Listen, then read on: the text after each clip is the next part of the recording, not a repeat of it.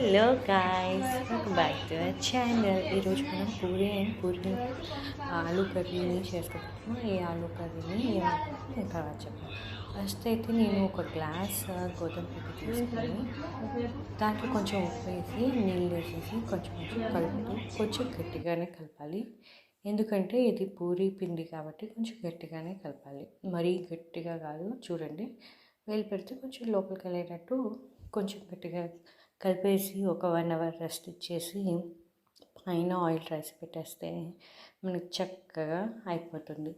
తర్వాత ఫ్లోర్ మీద కొంచెము డస్ట్ చేసి ఈ ఫ్లోర్ని చక్కగా మన ఉండలు రౌండ్గా చేసేసుకొని చక్కగా ఒత్తుకోవాలి.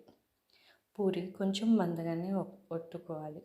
అదే బయట దొరికే పూరీలు అయితే యాక్చువల్లీ 2:1:1 రేషియోలో తీసుకుంటారు. అంటే 2 ఏమో గోధుమ పిండి, 1 ఏమో మైదా పిండి, హాఫ్ ఏమో బొంబాయి రవ్వ తీసుకొని కలిపి చేస్తారు ఈ పూరి.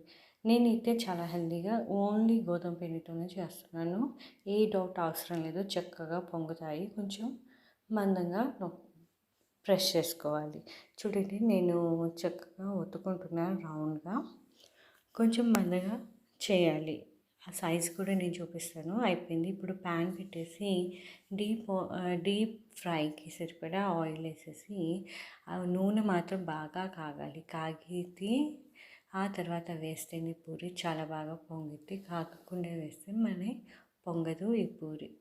సో కాగిన తర్వాత ఏ ఫ్లేమ్లో పెట్టుకోవాలి, మీడియం ఫ్లేమ్లో పెట్టుకొని మాత్రమే చేసుకుంటే బాగా వస్తాయి. హై ఫ్లేమ్లో పెట్టేస్తే మనకి కాలిపోయే ఛాన్సెస్ ఉంటుంది. ఈ పూరి చక్కగా పొంగుతుంది. చూడండి, నేనైతే ఇంకో పూరి వేసి చూపిస్తున్నాను. గుర్తుపెట్టుకుని ఆయిల్ మాత్రం బాగా కాగాలి. కాగితేనే పూరి అనేది పొంగిద్ది. గోధుమ పిండి పూరి అయినా మనకి చాలా బాగా పొంగిద్ది. సో దాంట్లో డౌట్ ఏం లేదు. ఇది చాలా చాలా హెల్తీ. అండ్ ఈ పూరి అయితే ఒకవైపు కాలిన తర్వాత ఇంకో వైపుకి ఫ్లిప్ చేసేసుకొని ఆ వైపు కూడా కాలిన తర్వాత మనం తీసేసుకొని పక్కన పెట్టుకోవాలి.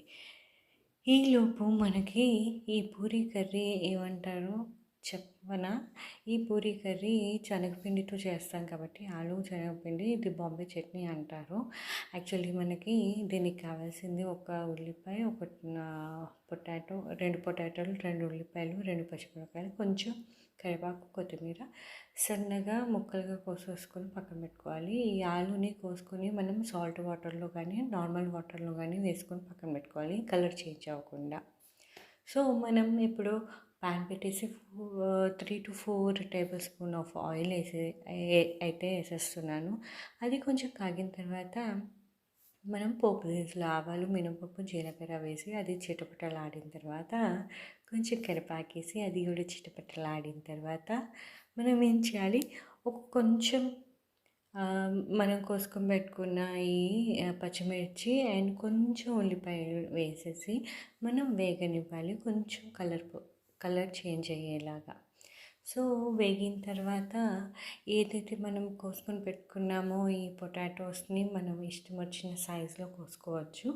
అది నీళ్ళల్లో పెట్టడం మాత్రం మర్చిపోవద్దు, లేకపోతే కలర్ చేంజ్ అయ్యే ఛాన్సెస్ ఉంటాయి. ఇప్పుడు ఆలు వేసేస్తున్నాను, పొటాటో, బంగాళదుంపలు వేసేసిన తర్వాత ఇంకా ఉల్లిపాయలు మిగిలినవి ఉన్నాయి కదండి, నేను కట్ చేసుకొని సన్నగా పొడుగ్గా కట్ చేసుకొని 2 ముక్కలుగా చేసుకున్నాను.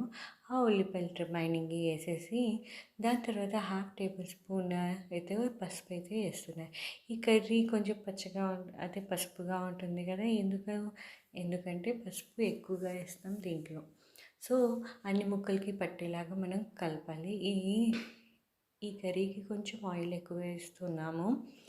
ఈ ఆయిల్లోనే చక్కగా కొంచెం ఒక 2 మినిట్స్ మగ్గిన తర్వాత మరి సరిపడా వాటర్ వేసేసి ఇంకా ప్లేట్ పెట్టేయాలి. దీని మీద మూత పెట్టేయాలి. మూత పెట్టేసి పక్కన ఒక చిన్న బౌల్ తీసుకొని 2 టేబుల్ స్పూన్ ఆఫ్ శనగపిండి అయితే తీసేసుకుంటున్నాను.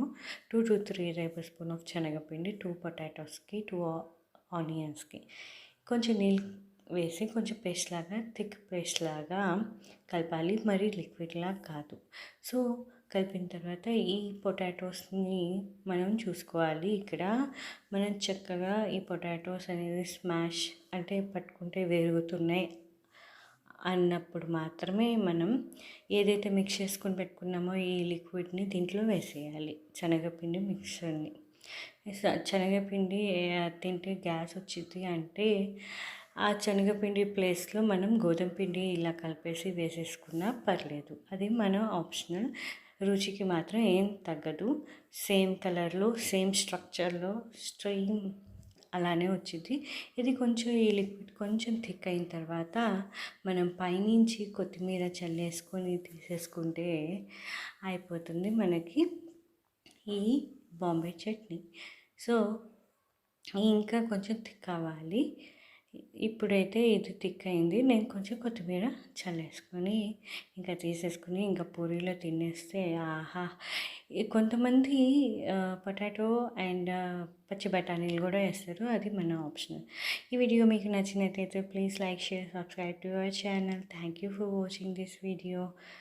ఇలాంటి మంచి మంచి వంటలు చూడాలంటే ఈ ఛానల్ని సబ్స్క్రైబ్ చేసుకుని చూడండి, నోటిఫికేషన్